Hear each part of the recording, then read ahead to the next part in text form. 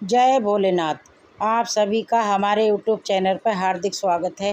भोलेनाथ सदा आपके परिवार पर जनों की रक्षा करेंगे। आज आप प्रस्थान करेंगे शिव महापुराण कथा के 5वें दिन की कथा। भगवान भोलेनाथ और माता पार्वती आपकी सदा रक्षा करेंगे। इससे पहले के अध्याय में आप सभी ने जाना था त्रिकुंड की महिमा के बारे में। शिवलिंग पर जो 3 रेखाएं बनाई जाती हैं उसे ही त्रिकुंड कहते हैं और इन तीनों रेखाओं के 9 देवता हैं। ये देवता कौन से हैं, अगर इस बारे में आप जानना चाहते हैं तो इससे पहले के अध्याय आप ज़रूर सुनें। आइए रसपान करते हैं आज के अध्याय का, जिसमें आप जानेंगे रुद्राक्ष धारण की महिमा तथा उसके विविध भेदों के वर्णन के बारे में। श्री सूत जी महाराज कहते हैं, हे महाप्राज्ञ, हे महामते, शिवरूप शौनक जी अपने संक्षेप से रुद्राक्ष के मातम बता रहा हूँ। ध्यान पूर्वक सुनिए, बहुत ही प्रिय है, इसको परम पावन समझना चाहिए। रुद्राक्ष के दर्शन से, स्पर्श से तथा उस पर जप करने से वो समस्त पापों का अपहरण करने वाला माना गया है। इसलिए पूर्व काल में परमात्मा शिव ने लोगों का उपकार करने के लिए देवी पार्वती के सामने रुद्राक्ष की महिमा का वर्णन किया था।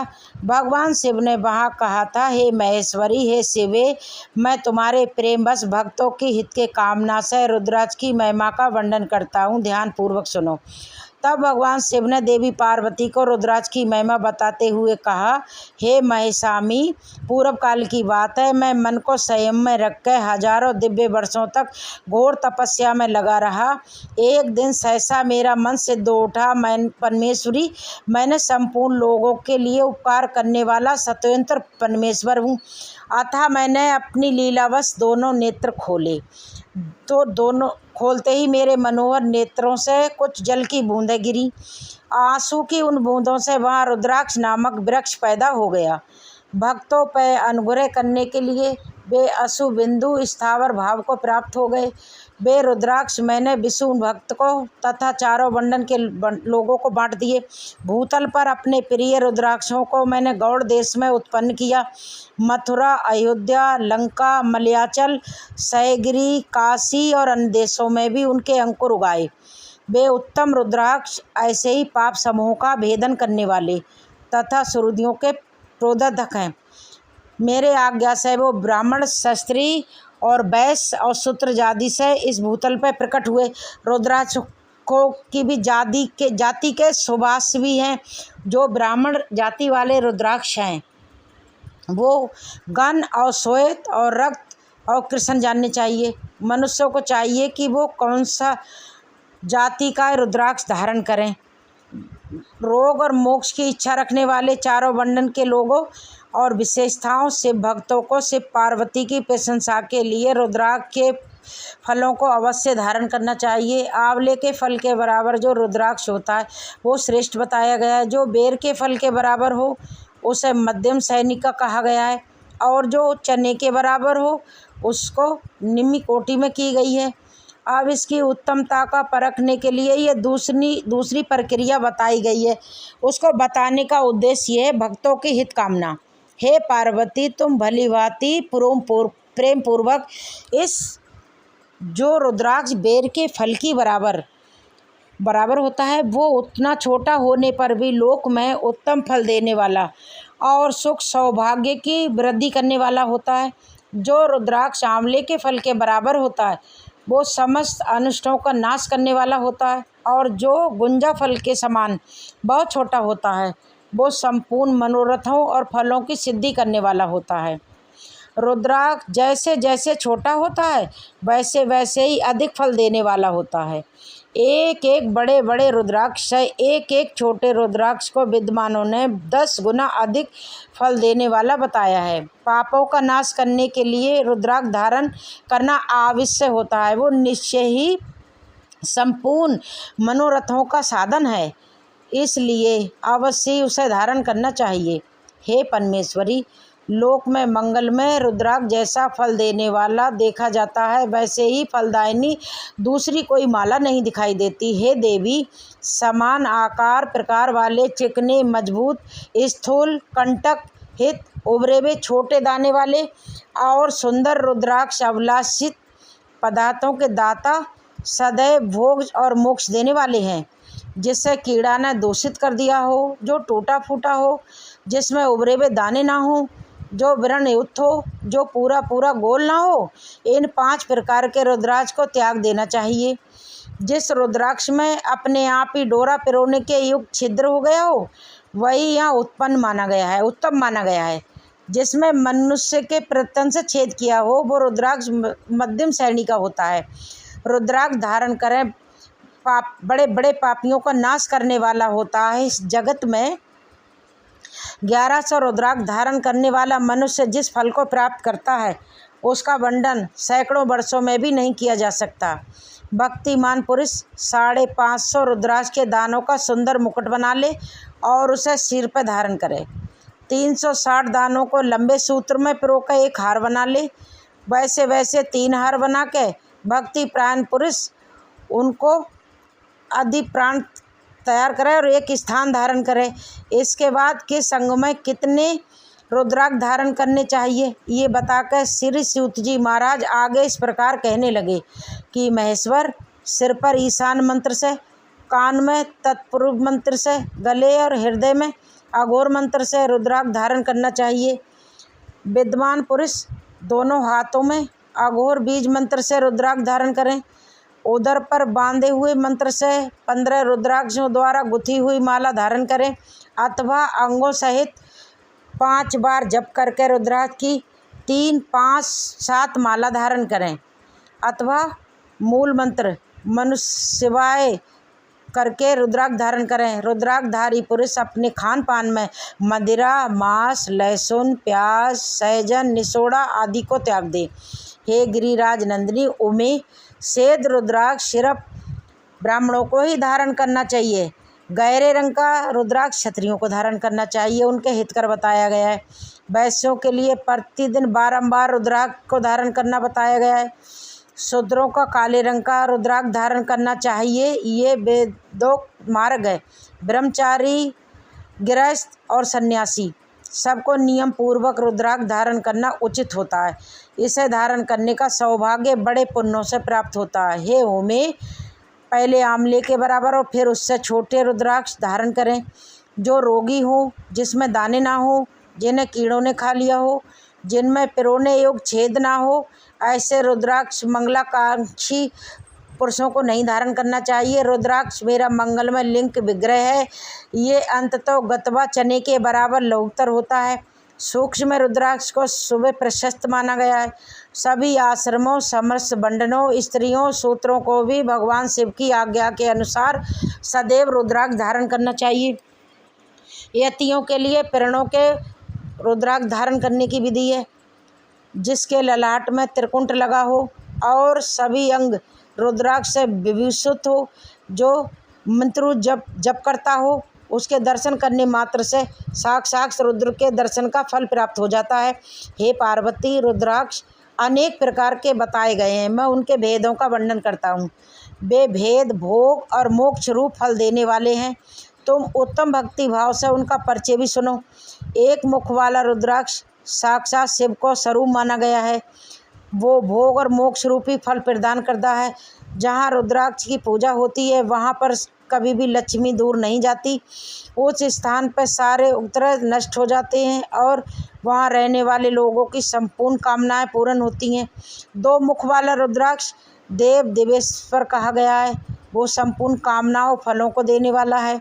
3 मुख वाला रुद्राक्ष सदा साक्षात साधन का फल देने वाला है। उसके प्रभाव से सारी विद्याएं प्रसिद्ध होती हैं। 4 मुख वाला रुद्राक्ष साक्षात ब्रह्मा का रूप है। वो दर्शन और स्पर्श से शीघ्र ही धर्म, अर्थ और काम और मोक्ष इन चारों को देने वाला है। 5 मुख वाला रुद्राक्ष साक्षात कालाग्नि रुद्र रूप है।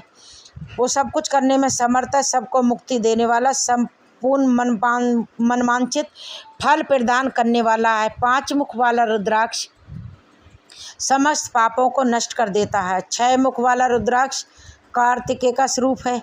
यदि दाहिनी बाह में उसे धारण किया जाए तो धारण करने वाला मनुष्य ब्रह्म हत्या आदि पापों से मुक्त हो जाता है। इसमें कोई संशय नहीं। हे महेश्वरी, 7 मुख वाला रुद्राक्ष अनंग स्वरूप और अनंग नाम से प्रसिद्ध है। हे देवश्री, उसको धारण करने से दरिद्र भी ऐश्वर्यशाली हो जाते हैं। 8 मुख वाला रुद्राक्ष अष्टमूर्ति भैरव रूप है। उसको धारण करने से मनुष्य पूर्णाई होता है और मृत्यु के पश्चात शूलधारी संकल हो जाता है। 9 मुख वाले रुद्राक्ष को धैर्य तथा कपिल मुनि का प्रतीक माना गया है, अथवा 9 मुख महेश्वरी दुर्गा उनकी अनुष्ठा देवी मानी गई हैं। जो मनुष्य भक्ति परायण होकर अपने बाएं हाथ में 9 मुख रुद्राक्ष को धारण करता है वो निश्चय ही मेरे समान सर्वेश्वर हो जाता है, इसमें कोई संशय नहीं है। हे महेश्वरी, 10 मुख वाला रुद्राक्ष साक्षात भगवान विष्णु का रूप है।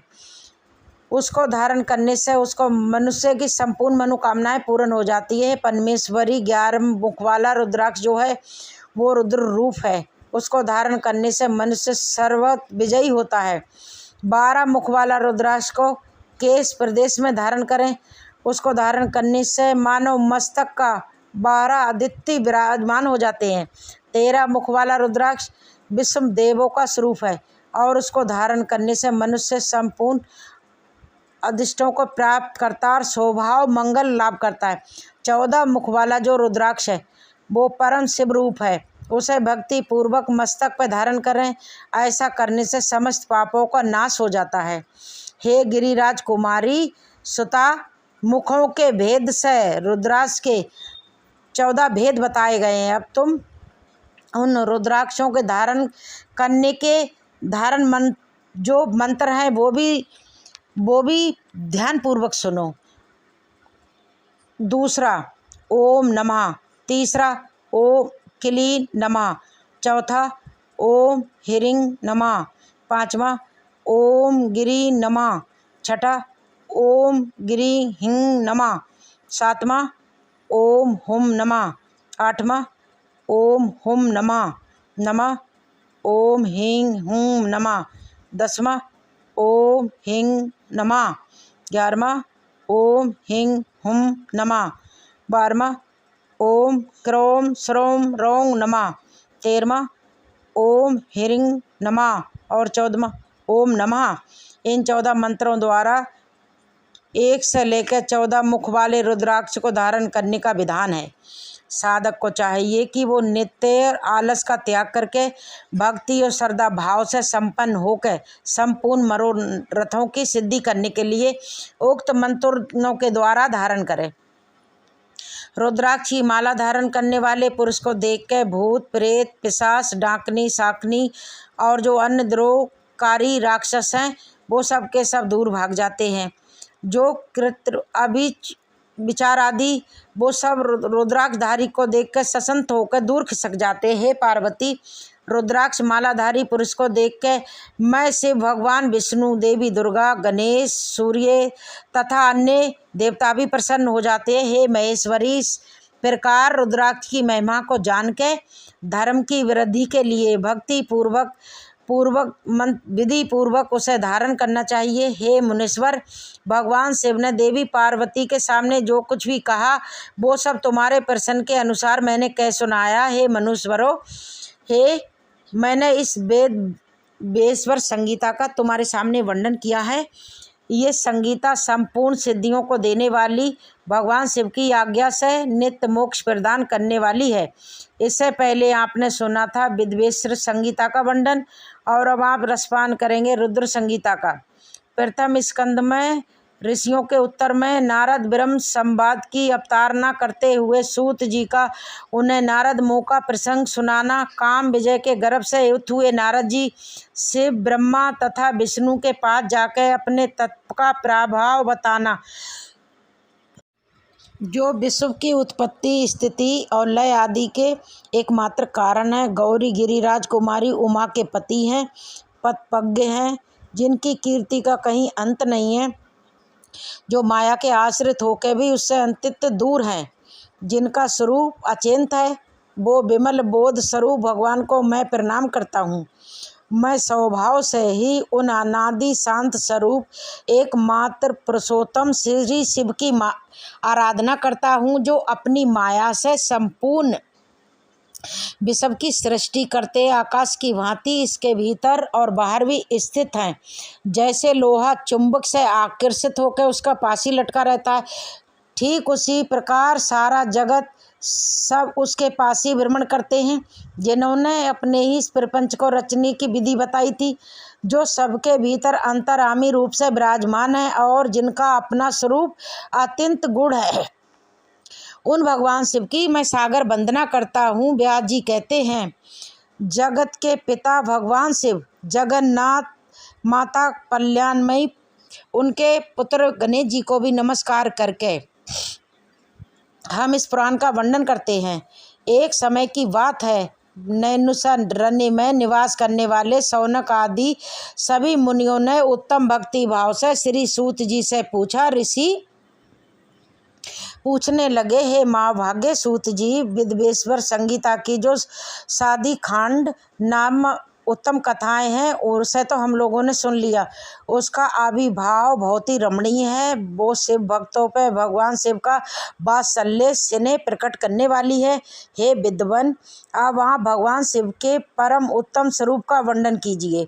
साथ ही शिव और पार्वती के दिव्य चरित्रों का पुण्य रूप से श्रवण कराइए। हम पूछते हैं, निर्गुण महेश्वर सगुण रूप धारण कैसे करते हैं? हम सब लोग विचार करने पर भी शिव की तत्वों को नहीं समझ पाते। सृष्टि के पहले भगवान अपने स्वरूप से स्थित होते हैं, फिर अपने मध्यकाल में भगवान किस तरह कीड़ा करते हुए समृद्ध व्यवहार करते हुए सृष्टि कल्प होने का अंत होने पर वे मनुष्य के उसमें स्थिर रहते हैं। भगवान शंकर कैसे प्रसन्न होते हैं और प्रसन्न हुए महेश्वर अपने भक्तों को कौन सा फल प्रदान करते हैं, ये सब हमसे कहिए। हमने सुना है भगवान शिव शीघ्र ही प्रसन्न हो जाते हैं। ये महान दयालु हैं, अपने भक्तों का कष्ट नहीं देख सकते। ब्रह्मा, विष्णु और महेश, ये तीन देवता शिव जी के ही अंग से उत्पन्न हुए हैं। उनके प्रकटे की कथा वर्णन कीजिए। हे प्रभु, आप उमा के आविर्भाव और विवाह की विशेषता, उनके गृह धर्म के और अन्य लीलाओं का भी वर्णन कीजिए। हे निष्पाप सूत जी, आपको ये दूसरी बातें भी अवश्य कहनी चाहिए। सूत जी महाराज कहने लगे, हे मुनीश्वरों, आप लोगों ने बड़ी ही उत्तम बात पूछी है। भगवान सदाशिव की कथा में आप लोगों की जो आंतरिक निष्ठा हुई है, इसके लिए आप धन्यवाद के पात्र हैं। हे ब्राह्मणों, भगवान शंकर का गुणानुवाद सात्विक राजा और तीनों ही प्रकृति के मनुष्यों को सदा आनंद प्रदान करने वाला है। पशुओं की हिंसा करने वाले निष्ठुर कसाई के सिवा कौन पुरुष उन गुणानुवाद को सुनने से ऊब सकता है, जिनके मन में कोई तृष्णा नहीं है। ऐसे महात्मा पुरुष भगवान शिव की उन गुणों का गान करते हैं, क्योंकि ये गुणावली संसार रोगों की दवा हैं। मन और तथा कानों को प्रिय लगने वाला और सब मनोरथों को दिलाने वाले हैं। हे ब्राह्मणों, आप लोगों के प्रश्न के अनुसार मैं यथा बुद्धि प्रयत्न पूर्वक लीला का वर्णन करता हूँ। आप सभी ध्यान पूर्वक और आदर पूर्वक सुने। जैसे आप लोग पूछ रहे हैं, देवर्षि नारद जी ने शिव रूपी भगवान विष्णु से क्रोधित होकर अपने पिता से पूछा था।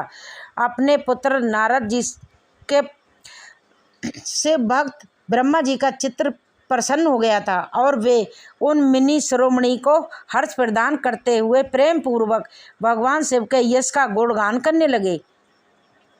एक समय की बात है, मुनि शिरोमणि जो नारद जी ने, जो ब्रह्मा जी के पुत्र हैं, विनीत चित्रोड़ के तपस्या में मन लगाया। हिमालय पर्वत पर एक गुफा थी जो बड़ी शोभा से संपन्न दिखाई देती थी। उसके निकट ही देव नदी गंगा निरंतर वेद बहती थी। वहाँ एक महान दिव्य आश्रम था जो नाना प्रकार की शोभा से सुशोभित था। दिव्य दर्शी नारद तपस्या करने उसी आश्रम में गए। उस गुफा को देख के मुनिवर बड़े प्रसन्न हुए और सुदीर्घ काल तक वहाँ तपस्या करते रहे। उनका अंतःकरण बड़ा शुद्ध था। वे दृढ़ पूर्वक आसन बांध के मौन होकर प्राणायाम पूर्वक समाधि में स्थित हो गए। हे ब्राह्मणों, उन्होंने वो समाधि लगाई जिसमें ब्रह्म का साक्षात्कार कराने वाला अहम मैं ब्रह्म हूँ ज्ञान प्रकट होता है। मुनिवर नारद जी जब इस प्रकार तपस्या करने लगे, उस समय ये समाचार पाकर देवराज इंद्र कांप उठे। वे मानसिक संतान से विर्बल हो गए कि नारद मुनि मेरा राज्य लेना चाहते हैं। मनी मन ऐसा सोचकर देवराज इंद्र ने उनकी तपस्या में विघ्न डालने के लिए उस समय देवराज ने अपने मन से कामदेव का सिमरन किया और सिमरन करते ही कामदेव जी आ गए। महेंद्र ने उन्हें नारद जी की तपस्या में विघ्न डालने के लिए आवेशित करा। आज्ञा पाकर कामदेव बसंत को पास लेकर उनके स्थान पर गए और अपना उपाय करने लगे। उन्होंने वहाँ शीघ्र ही अपनी सारी कलाएं रच डाली। बसंत ने भी मदमत्त होकर अपना प्रभाव अनेक प्रकारों से प्रकट किया। हे मुनिदेवों, कामदेव और बसंत के प्रयास करने पर भी नारद मुनि के मन में विकार नहीं उत्पन्न हो पाया। महादेव के अनुग्रह से उनका दोनों का गर्भ चूर चूर हो गया। शौनक आदि महर्षियों, वो जो कारण होना था वो भी आदर पूर्वक सुनो। महादेव की कृपा से नारद मुनि पर कामदेव का कोई असर नहीं पड़ा। पहले उसे असमय काम शत्रु भगवान ने उत्पन्न तपस्या की थी और वहीं उन्होंने मुनियों की तपस्या का नाश करने वाले कामदेव को शीघ्र ही भस्म कर डाला था। उस समय रति ने कामदेव को पुनः जीवित करने को देवता गणों से प्रार्थना की थी।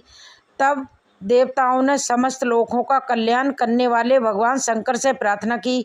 उनका प्रार्थना करने से वो कहने लगे, हे देवताओं, कुछ समय व्यतीत होने के बाद कामदेव जीवित तो हो जाएंगे, परंतु यहाँ उनका कोई उपाय नहीं चल सकता। अमरगण यहाँ खड़े होकर लोग चारों ओर जितनी दूर तक के भूमि को नेत्र से देख पाते हैं, वहाँ तक तो कामदेव की बाहों का इसमें कोई संशय नहीं। भगवान शिव का ऐसे कह के वचन सुनकर उस समय वहाँ पर नारद जी के प्रति कामदेव जी का मिथ्या साबित हुआ। वो शीघ्र ही स्वर्गलोक में राजेंद्र के पास लौट गए। वहाँ कामदेव ने अपना सारा वृत्तांत और मुनि का प्रभाव कह सुनाया। इसके बाद देवराज इंद्र भी आज्ञा से बसंत के साथ अपने स्थान को लौट गए। उस समय देवराज इंद्र को बड़ा आश्चर्य हुआ। उन्होंने नारद जी की पूरी प्रशंसा की, परंतु शिव जी की माया से मोहित होने के कारण वो उस पूरे वृत्तांत को स्मरण ही नहीं कर पाए। वास्तव में संसार के भीतर सभी प्राणियों के लिए शिव शंभू की माया को जानना समझना बड़ा कठिन है। जिसमें भगवान शिव के चरणों में अपने आप को समर्पित कर दिया हो, उस भक्त को छोड़कर ये सारा जगत उनकी माया से मोहित हो ही जाता है। नारद जी भी भगवान की कृपा से वहाँ त्रिकाल तक तपस्या में लगे रहे। जब उन्होंने अपनी तपस्या को पूर्ण हुई समझा, तब वो मुनि उससे विरक्त हो गए। कामदेव को मेरी विजय ऐसा मानकर उन मनुष्यों के मन में वृत्ति गर्भ हो गया। भगवान शिव की माया से उन्हें इस बात का ज्ञान ही नहीं रहा। वो ये नहीं समझ सके कि कामदेव के पराजय होने का भगवान शंकर का ही प्रभाव था। उस माया से मोहित होकर मुनि शिरोमणि नारद जी अपना काम विजय संबंधी वरदान बताने के लिए तुरंत ही कैलाश पर्वत पर चले गए। उस समय वे विजय के मद से उन्मत्त हो रहे थे। वहाँ रुद्रदेव को नमस्कार कर प्रणाम कर गर्व से भरे मुनि ने अपने आप को महात्मा मान के अपने ही प्रभाव से कामदेव को अपनी विजय समझ के उन्हें सारा वृत्तांत कह सुनाया। वो सब सुनकर भक्त वत्सल भगवान शिव ने नारद जी से, जो कि अपनी अथाह शिव जी की माया से ही मोहित होने के कारण काम विजय की कारण को नहीं जानते थे और अपने विवेक को भी खो बैठे थे, कहने लगे। रुद्र कहने लगे, पार्थ नारद, तुम बड़े विद्वान हो और धन्यवान के पात्र हो, परंतु मेरी बात ध्यान दे के सुनो। अब से फिर ऐसी बात कहीं पर मत कहना, विशेषता भगवान विष्णु के सामने तो इसकी चर्चा भी बिल्कुल मत करना। तुमने मुझसे जो अपना वृत्तांत बताया है, उसे पूछने से भी दूसरों को मत कहना। ये सिद्धि संबंधी वृत्तांत गुप्त रखने योग्य होता है, इसको कभी किसी को प्रकट नहीं करना चाहिए। तुम विशेष प्रिय हो, इसलिए मैं अधिक जोर देकर मैं तुम्हें ये शिक्षा देता हूँ और इसे ना कहने की आज्ञा भी देता हूँ। क्योंकि तुम भगवान विष्णु के भक्त हो और उनके भक्त हो तो मेरे भी अनुगामी हो। इस प्रकार बहुत कुछ कह के संसार की सृष्टि करने वाले भगवान रुद्र ने नारद को शिक्षा दी। अपने वृत्तांत को गुप्त रखने के लिए समझाया बुझाया, परंतु नारद जी तो शिव जी की माया से मोहित थे, इसलिए उनकी दी हुई शिक्षा को अपने हित में नहीं माना और बाद में मुनि शिरोमणि नारद ब्रह्मलोक में गए और ब्रह्मा जी को नमस्कार कर कहने लगे, हे ब्रह्मदेव, मैंने अपनी तपोबल से कामदेव को जीत लिया है। उनकी ये बात सुनकर ब्रह्मा जी ने भगवान शिव के चरण कमलों का चिंतन किया और सारा कारण जान के अपने पुत्र को ये सब कहने से मना किया, परंतु नारद जी तो शिव जी की माया से मोहित थे, इसलिए उनके में मद का अंकुर जम गया था, उनकी बुद्धि मारी गई थी। इसलिए नारद जी अपना सारा वृत्तांत भगवान विष्णु के सामने कहने के लिए वहाँ से शीघ्र ही विष्णु लोक को चले गए। नारद मुनि को आते हुए देख भगवान विष्णु बड़े आदर से उठे और शीघ्र ही आगे बढ़ के मुनि को हृदय से लगा लिया। मुनि के आगमन का क्या कारण है इसका तो उन्हें पहले ही पता था। नारद जी को अपने आसन पर बिठा के भगवान शिव के चरण कमलों का श्री हरि उनसे पूछने लगे, पार्थ, कहाँ से आते हो और कैसे तुम्हारा आगमन हुआ है? मुनि श्रेष्ठ, तुम तो धन्य हो, तुम्हारे सवागमन से मैं तो पवित्र हो गया। भगवान विष्णु के ऐसे वचन सुनकर गर्व से भरे हुए नारद मुनि ने मद से मोहित होकर अपना सारा वृत्तांत आप बड़ा अभिमान के साथ कह सुनाया। नारद मुनि का ये अहंकार भी मनी मन भगवान विष्णु ने उनकी काम विजय के कारण को पुण्य से जान लिया। तो भगवान श्री हरि कहने लगे, हे मुनि श्रेष्ठ, तुम तपस्या के तो भंडार हो, तुम श्रेष्ठ हो, तुम्हारा हृदय भी बड़ा उदार है। हे मुने, जिसके अंदर भक्ति ज्ञान और ये नहीं होते उसी के मन में समस्त दुखों को देने वाले काम मोह आदि विकार शीघ्र ही उत्पन्न हो जाते हैं। तुम तो नैष्ठिक ब्रह्मचारी हो और सदा ज्ञान से युक्त रहते हो, तुम काम विकार कैसे आ सकता है? तुम तो जन्म से ही शुद्ध बुद्धि वाले हो। श्री हरि के कही हुई ऐसी बातें बहुत सी सुनकर मुनि शिरोमणि नारद जोर जोर से हंसने लगे और मनी मन भगवान को प्रणाम करके इस प्रकार कहने लगे, नारायण नारायण, हे, जब आपकी मुझ पर कृपा है तो भगवान काम मेरे ऊपर क्या चरण दिखा भगवान के चरणों में शीश नवा के और विचरने चले गए। इसके बाद जो कुछ भी हुआ उसका वर्णन आप अभी अगले अध्याय में सुनेंगे।